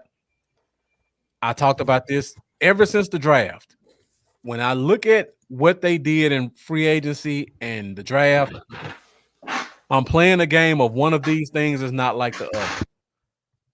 I look at what they did with Urban, Watkins, Osa, Golston, and Watkins, and I'm looking at 6'4", 34-inch arm guys. And then I look at Bohanna, who's 340. He's got the long arms, but he's not known for being a penetrator. Either he's going to be the odd duck who makes the team because he's different, or he's going to be the guy who gets phased out because he doesn't fit what everybody else does. So it could go either way for Bohanna. So I don't want to say he's not going to get a spot. I just don't think he will. Yeah, and if you guys don't know already, we got Charlie and Eric joining us next Thursday. We're going to play 10 questions. We got 10 questions. We're going to talk about Cowboys related news, and we're all going to give our responses. So make sure you guys check that out. Sorry, Lambo, you about to say something? Oh no, I was just saying, shit, I could rock the tank again, and I might be able to get Dale to throw the mullet on. Damn it, Charlie, she said.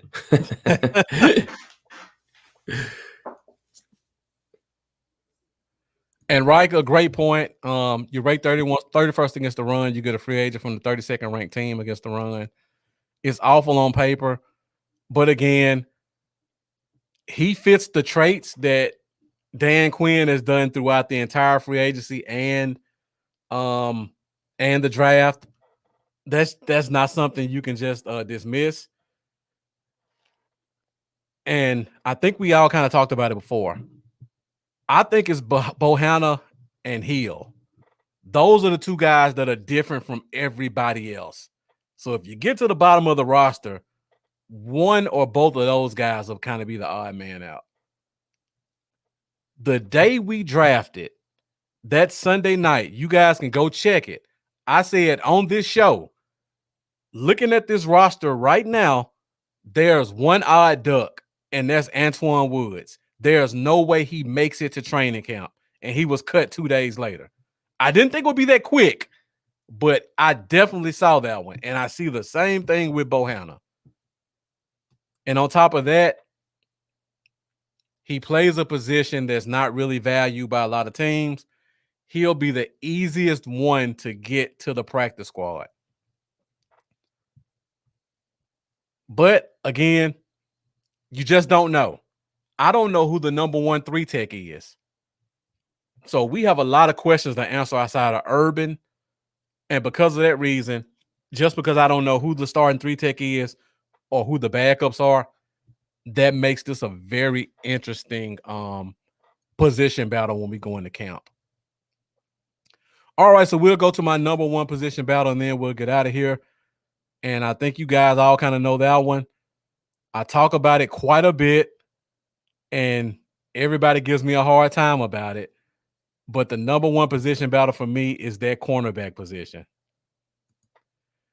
So let me go ahead and throw my usual Anthony Brown hate out there and get you guys comments on it. Let me go back through my same scenario. I just talked about this. The makeup of a roster has 4 different positions. You got your starters, you got your backups, you got your high draft picks, and you got your special teamers. If I follow my logic 100%, CJ Goodwin is guaranteed a spot. Trayvon Diggs is guaranteed a spot. Jordan Lewis is guaranteed a spot. That's special teams starter. Now, high draft picks. Nashawn Rice guaranteed a spot. That's 4. and Boss Man Fast guaranteed a spot. That's 5. Now, that's 5. If I assume that Anthony Brown is not going to be a starter, which I don't think he is, he no longer fits any of these criteria. That's one thing. Number 2, if I follow my criteria, Reggie Robinson fits 2 of them. He was a high draft pick last year, so that could possibly buy him another shot. And if you watch my special team show last week, you would see that when Reggie Robinson finally got on the field, he played in every major special team spot on the big 4: kick, kickoff return, punt return. Wherever CJ Goodwin was, Reggie Robinson was the opposite to him in that same important spot. That I just can't ignore that. And for that reason, I think Reggie Robinson gets one of those spots. Then you throw in a guy like Kennedy, where you don't know what he may do coming into camp. He could be a special teams demon. He could come in and be our number 4 corner. You just don't know. We talked about Rashard Robinson a little bit. Somebody liked him last year to play him an extensive amount of time, even over Reggie Robinson and guys like that. Somebody likes him. Maybe he could stick around. You never know. I just feel like that battle is going to be very interesting at the bottom. On top of that, again, I have no clue who our number 2 corner is going to be. The money says Jordan Lewis, but Boss Man Fat could come in training camp and have a good camp. And like we just talked about, our corners get thrown to the fire. Nashawn Wright could be our number 2. Our corners get thrown to the fire. People talk about, I know Geechee was here a while ago saying 5, 6, 8 weeks. Let's go back to 2017. Our starters were Brandon Carr and Mo Claiborne. What happened that offseason? We cut both of them. We signed Jordan Lewis. We drafted Jordan Lewis, Chidobe Awuzie, and Xavier Woods. And who were our 3 starting corners, Lambo, that year? Xavier Woods, Jordan Lewis, and Jordan Lewis and Chidobe Awuzie. Those were our 3 starting corners in 2017. Yeah. All rookies. And our 4th corner was Anthony Brown, who was a 6th round pick from the year before. So we can't say they don't throw our young corners into the fire, because they do it all the time. Trayvon Diggs last year, he started day 1 as our best corner, as a 2nd rounder. So I know people say, you know what, Boss Man Fat may get worked in slowly. I believe Boss Man Fat was drafted higher than Trayvon Diggs. Am I right or wrong on that, Lambo? Boss Man Fat was Diggs was 51. 51 and he was 44? 44, 45, yeah. I believe some 40, yeah. So yeah. So Kelvin Joseph was a higher draft pick, but we assume he's going to get 8 weeks to get acclimated, and Trayvon Diggs was thrown into the fire from the first day. It doesn't fit the logic of how the team operates. As much as I like to see him get slow played, that's not what we do. That's not what we do in Dallas. Especially if we're talking about the money aspect on top of that, where Anthony Brown, if you cut him, you save a couple $1 million, and you got cheap replacements already on the roster. Yeah. If he's not worlds ahead better and you can save money, why not? Yeah, definitely.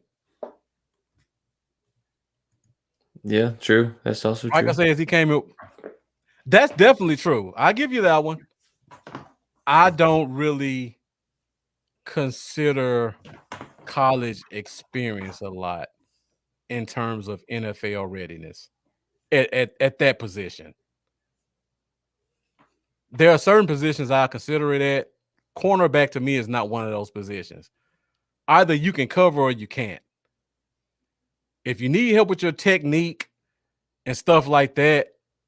We can work on that as the season progresses, but as a cornerback, either you have good feet or you don't. You have good ball skills or you don't. You have good speed or you don't. Stepping with false steps and stuff like that, that's stuff we can work on during the season. It doesn't take 8 weeks for that. If you can cover, you can play week 1. That's just my thing. And I was going to get to that, Jeff. I want to finish my Anthony Brown rant so that y'all can come in and blast me. And Mendoza talks about Burton.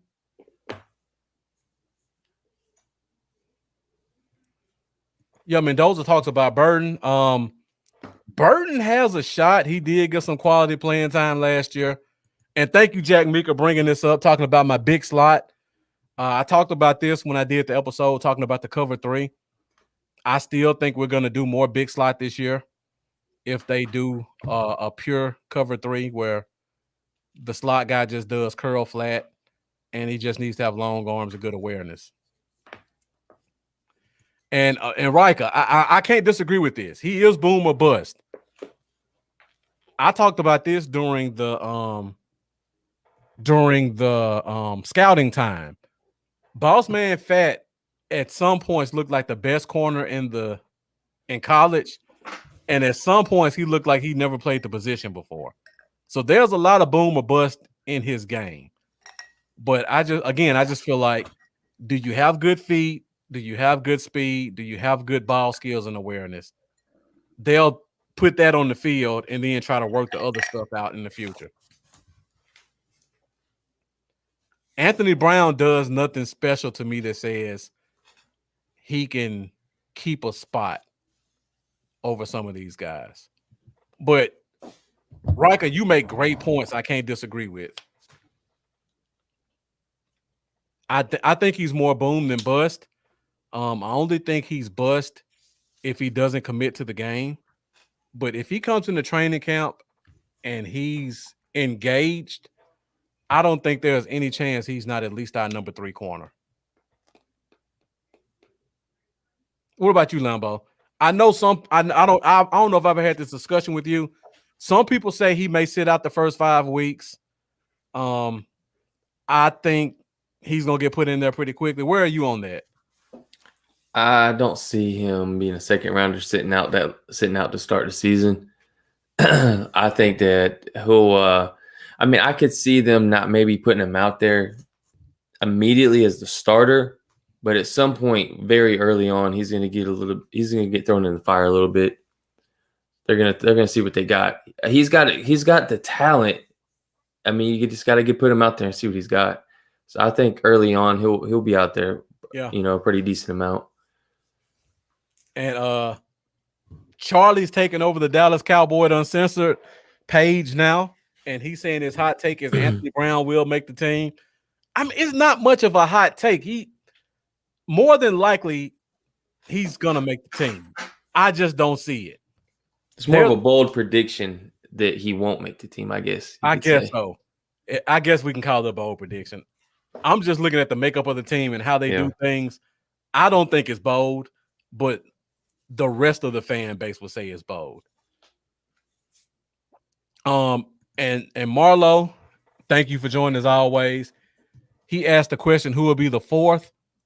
I don't know who'll be the 4th, and that's why I have it as my number 1 position battle. Yeah, I was gonna say that's what makes it a great battle. I think Diggs and Lewis are pretty much secured between 1 through 3. I don't know who the number 2 guy, the number 3, so on and so forth. The only thing I do know is Diggs is number 1 and Goodwin is number 6 because of special teams. 2 through 5, I have no clue what's going to happen. And then some people think we're only going to keep 5 corners. I think we have to keep 6. And Mendoza asked the question. He asked the question on Star Gang. 2 players fans have talked about, Joseph and Cox. Which one do y'all think will project to be better there at safety? Lambo, I'll let you take that one first, because if one of them had to go to safety, which one do you think will be better, a better fit?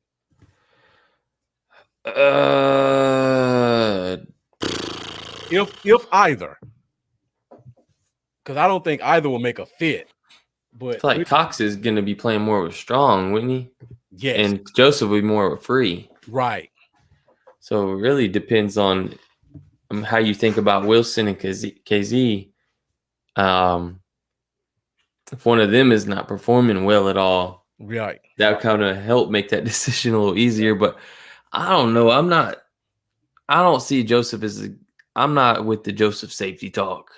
I don't like it. At least not yet. Yeah. Man, give him 2 years. If he's if he's a struggle bus after his second season, then I'll start talking a little bit about it with him. So I'd feel a little bit better about Cox. Traditionally, I'd like my linebackers to be very solid, tackling the ball carrier. Mm-hmm. That is something Cox has had some struggles with. Yeah. He's great in pass coverage. Yeah.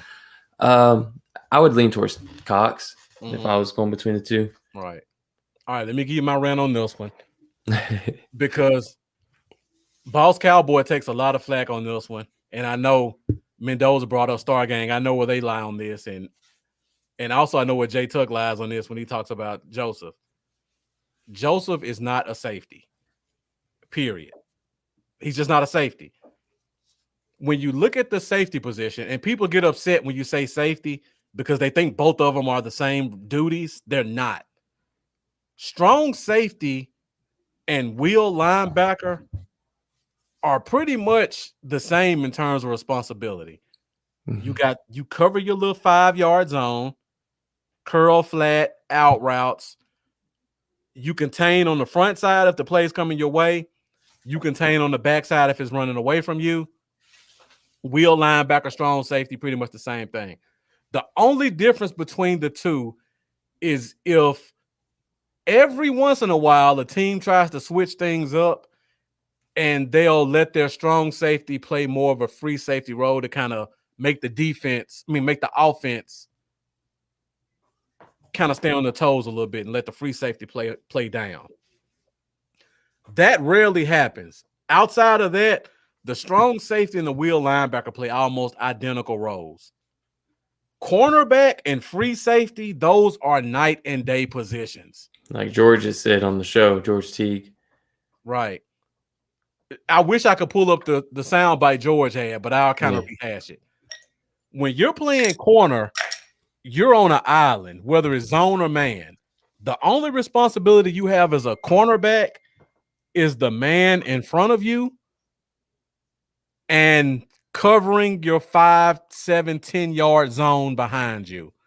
When you're playing free safety, you have to worry about everybody in front of you, cornerbacks, linebackers, the safety next to you. You have to pretty much be the last line of defense, and you have to tell everybody what their job is if they don't know. 90% of the cornerbacks in the NFL are not capable of doing that. It's just, you can't just ask a guy just because he looks good in space to say, go back there and be the free safety and tell my nickel corner what to do when the line shifts. That's stuff people don't think about. Tell the wheel linebacker how deep he needs to get in his zone because they brought 2 tight ends to his side. That's not stuff cornerbacks think about. That's what free safeties do. You can't just throw a guy at free safety just because he plays well in space and then think he can take on those responsibilities that a safety has to take up. On top of that, a free safety has to cover a wide receiver, nickel back, tight end, running back. 9 times out of 10, the cornerback's only involved with the wide receiver. It's a huge difference in terms of responsibilities between free safety and corner. And that's why usually the only guys who can make that transition are cornerbacks who've been in the league for 10 years. Because at that point, they've played every cornerback position. They're smart enough to know everybody's responsibility. And when they go to the back end, they can rehash it. Charles Woodson, Rod Woodson, Champ Deion did it. Sanders, who? Didn't Champ Bailey do it? Champ Bailey. Yeah. Guys like that who are bored, and think about this, Lambo. Every guy you named is a borderline Hall of Famer or a Hall of Famer. Right. Yeah. It wasn't this. It wasn't this Kareem Lattimore Exactly. or Yeah. Mario Edwards. Right. You know, let's just toss them back at safety because they're not good enough to play corner. They'll be all stars. You know, they'll be a Pro Bowl. Exactly. Yeah. Great point. Great point with that one. So you can't just throw any run-of-the-mill cornerback just because he looks good in space and say he can play free safety. It's a whole lot more to the position than just being able to move well in space. And thank you for kind of backing me up on that. We're talking about the greatest corners ever. And when people name corners that converted to safety, those are the only names they bring up. Yeah. Everybody said Patrick Peterson may Rod go Woodson. Yeah, I said Rod Wilson. Right after Yeah, did you say Rod? Yeah. Everybody says Patrick Peterson may go to free safety this year. Did we see that happen? Oh, Richard Sherman may go to free safety. No, they're staying at corner. No matter how old they are, everybody can't make that transition.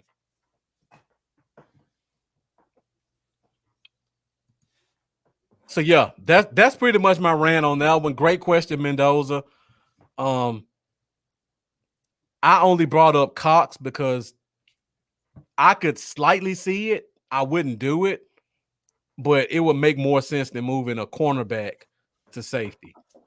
Same thing with Jordan Lewis. Same thing with Anthony Brown. Same thing with Nashawn Wright. It'd be like a J-Ron Curse back there. Yeah. It has to be a guy who's played the free safety position for a while, not just a guy who he was good at it in high school. Because high school ball and college ball are completely different. High school ball and NFL ball are stratospheres apart. But yeah, great question. So I think that's pretty much all we got today. We went an hour, 57 minutes. Riker coming in. I don't think anybody really likes flipping corners to safety. But yeah, Quinn chose Neal and Cox in the draft because he knew the front office wouldn't let him get a safety high and he needed an option. That's a great point I didn't think about. Honestly, I think at this point, Cox may be a better safety option than Neal. Because you've seen Neal, right, Lambo? Mm-hmm. Neal is jacked. Neal's gained like 15 pounds of muscle. He looks like he's set to be a linebacker at this point. He's big. Even though he was a first-round pick at safety, I think the amount of weight and muscle that he's put on would probably eliminate him going back there right now. I think right now Cox will be a better fit in terms of skill set and body type. Even though Cox may actually be bigger, I think Cox is way more athletic than him right now. Mm-hmm. Now, I will say this before we get out of here. I know there's talk about Mukwamu converting.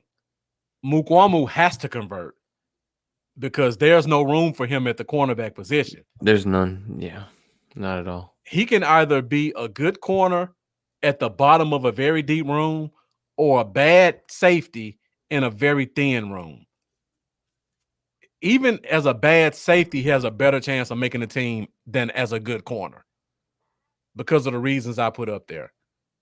Because if you throw him in the cornerback room, now he's competing with guys like Anthony Brown, who you guys think are a lock to make the team. A guy like Reggie Robinson, who's probably just as big as him and way more athletic than him and has a year in the NFL. So guys like that, I don't like the move, but I understand it from them trying to make the team. Yeah. But yeah, because I know that argument is going to come up next about Mukwamu's converting.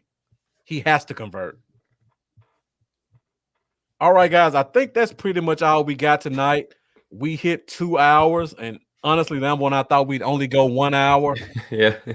Thank you guys for the great dialogue. Lambo, thank you for holding on because I know you're dead tired right now.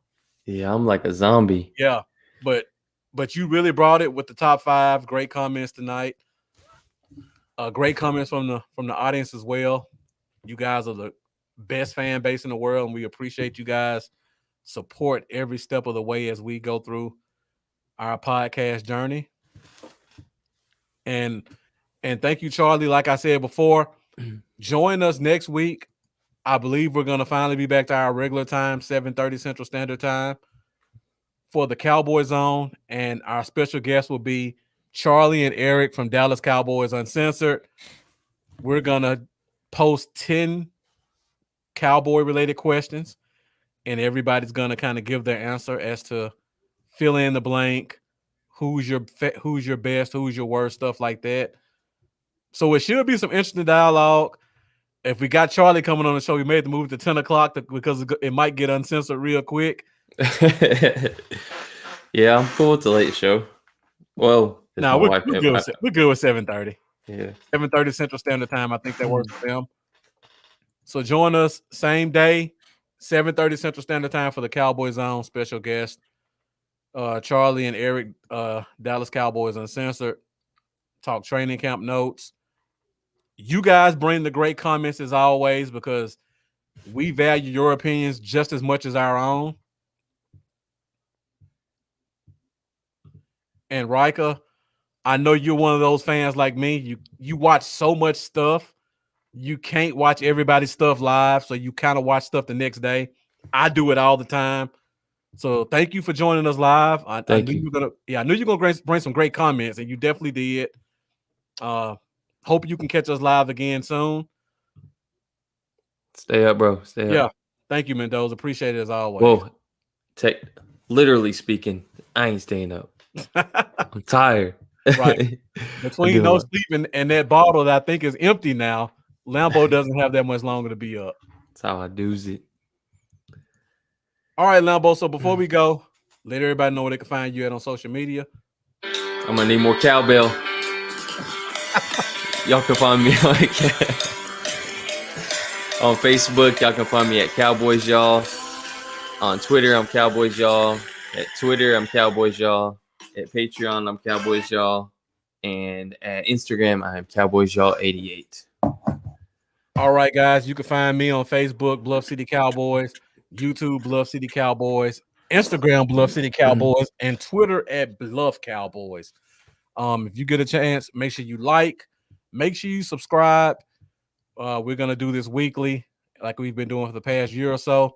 So make sure you continue to support us. You see, we got our cash apps in the corner. So if you enjoyed the show and you like to see us grow and develop, make sure you hit us up on our cash apps. Every little bit helps, either financially or with your likes and your shares. And once again, join us next week. Another training camp episode of the Cowboy Zone. Special guest, Dallas Cowboys Uncensored. Lambo, any closing remarks? No, just want to let everybody know again, truly grateful for everybody that tunes in. We got families and things like that, but we just love even just taking time. We take time away from them because we love talking with everybody, and we can't do it without you guys. So when y'all show up and comment and interact, it really makes the show, and we couldn't do it without y'all. So thanks again a ton, and we really appreciate y'all, and we'll see you next week. All right, guys. I'm Marcus. This is Lambo, and we are out. You guys enjoy your 4th of July holiday weekend, and we'll see you next Thursday.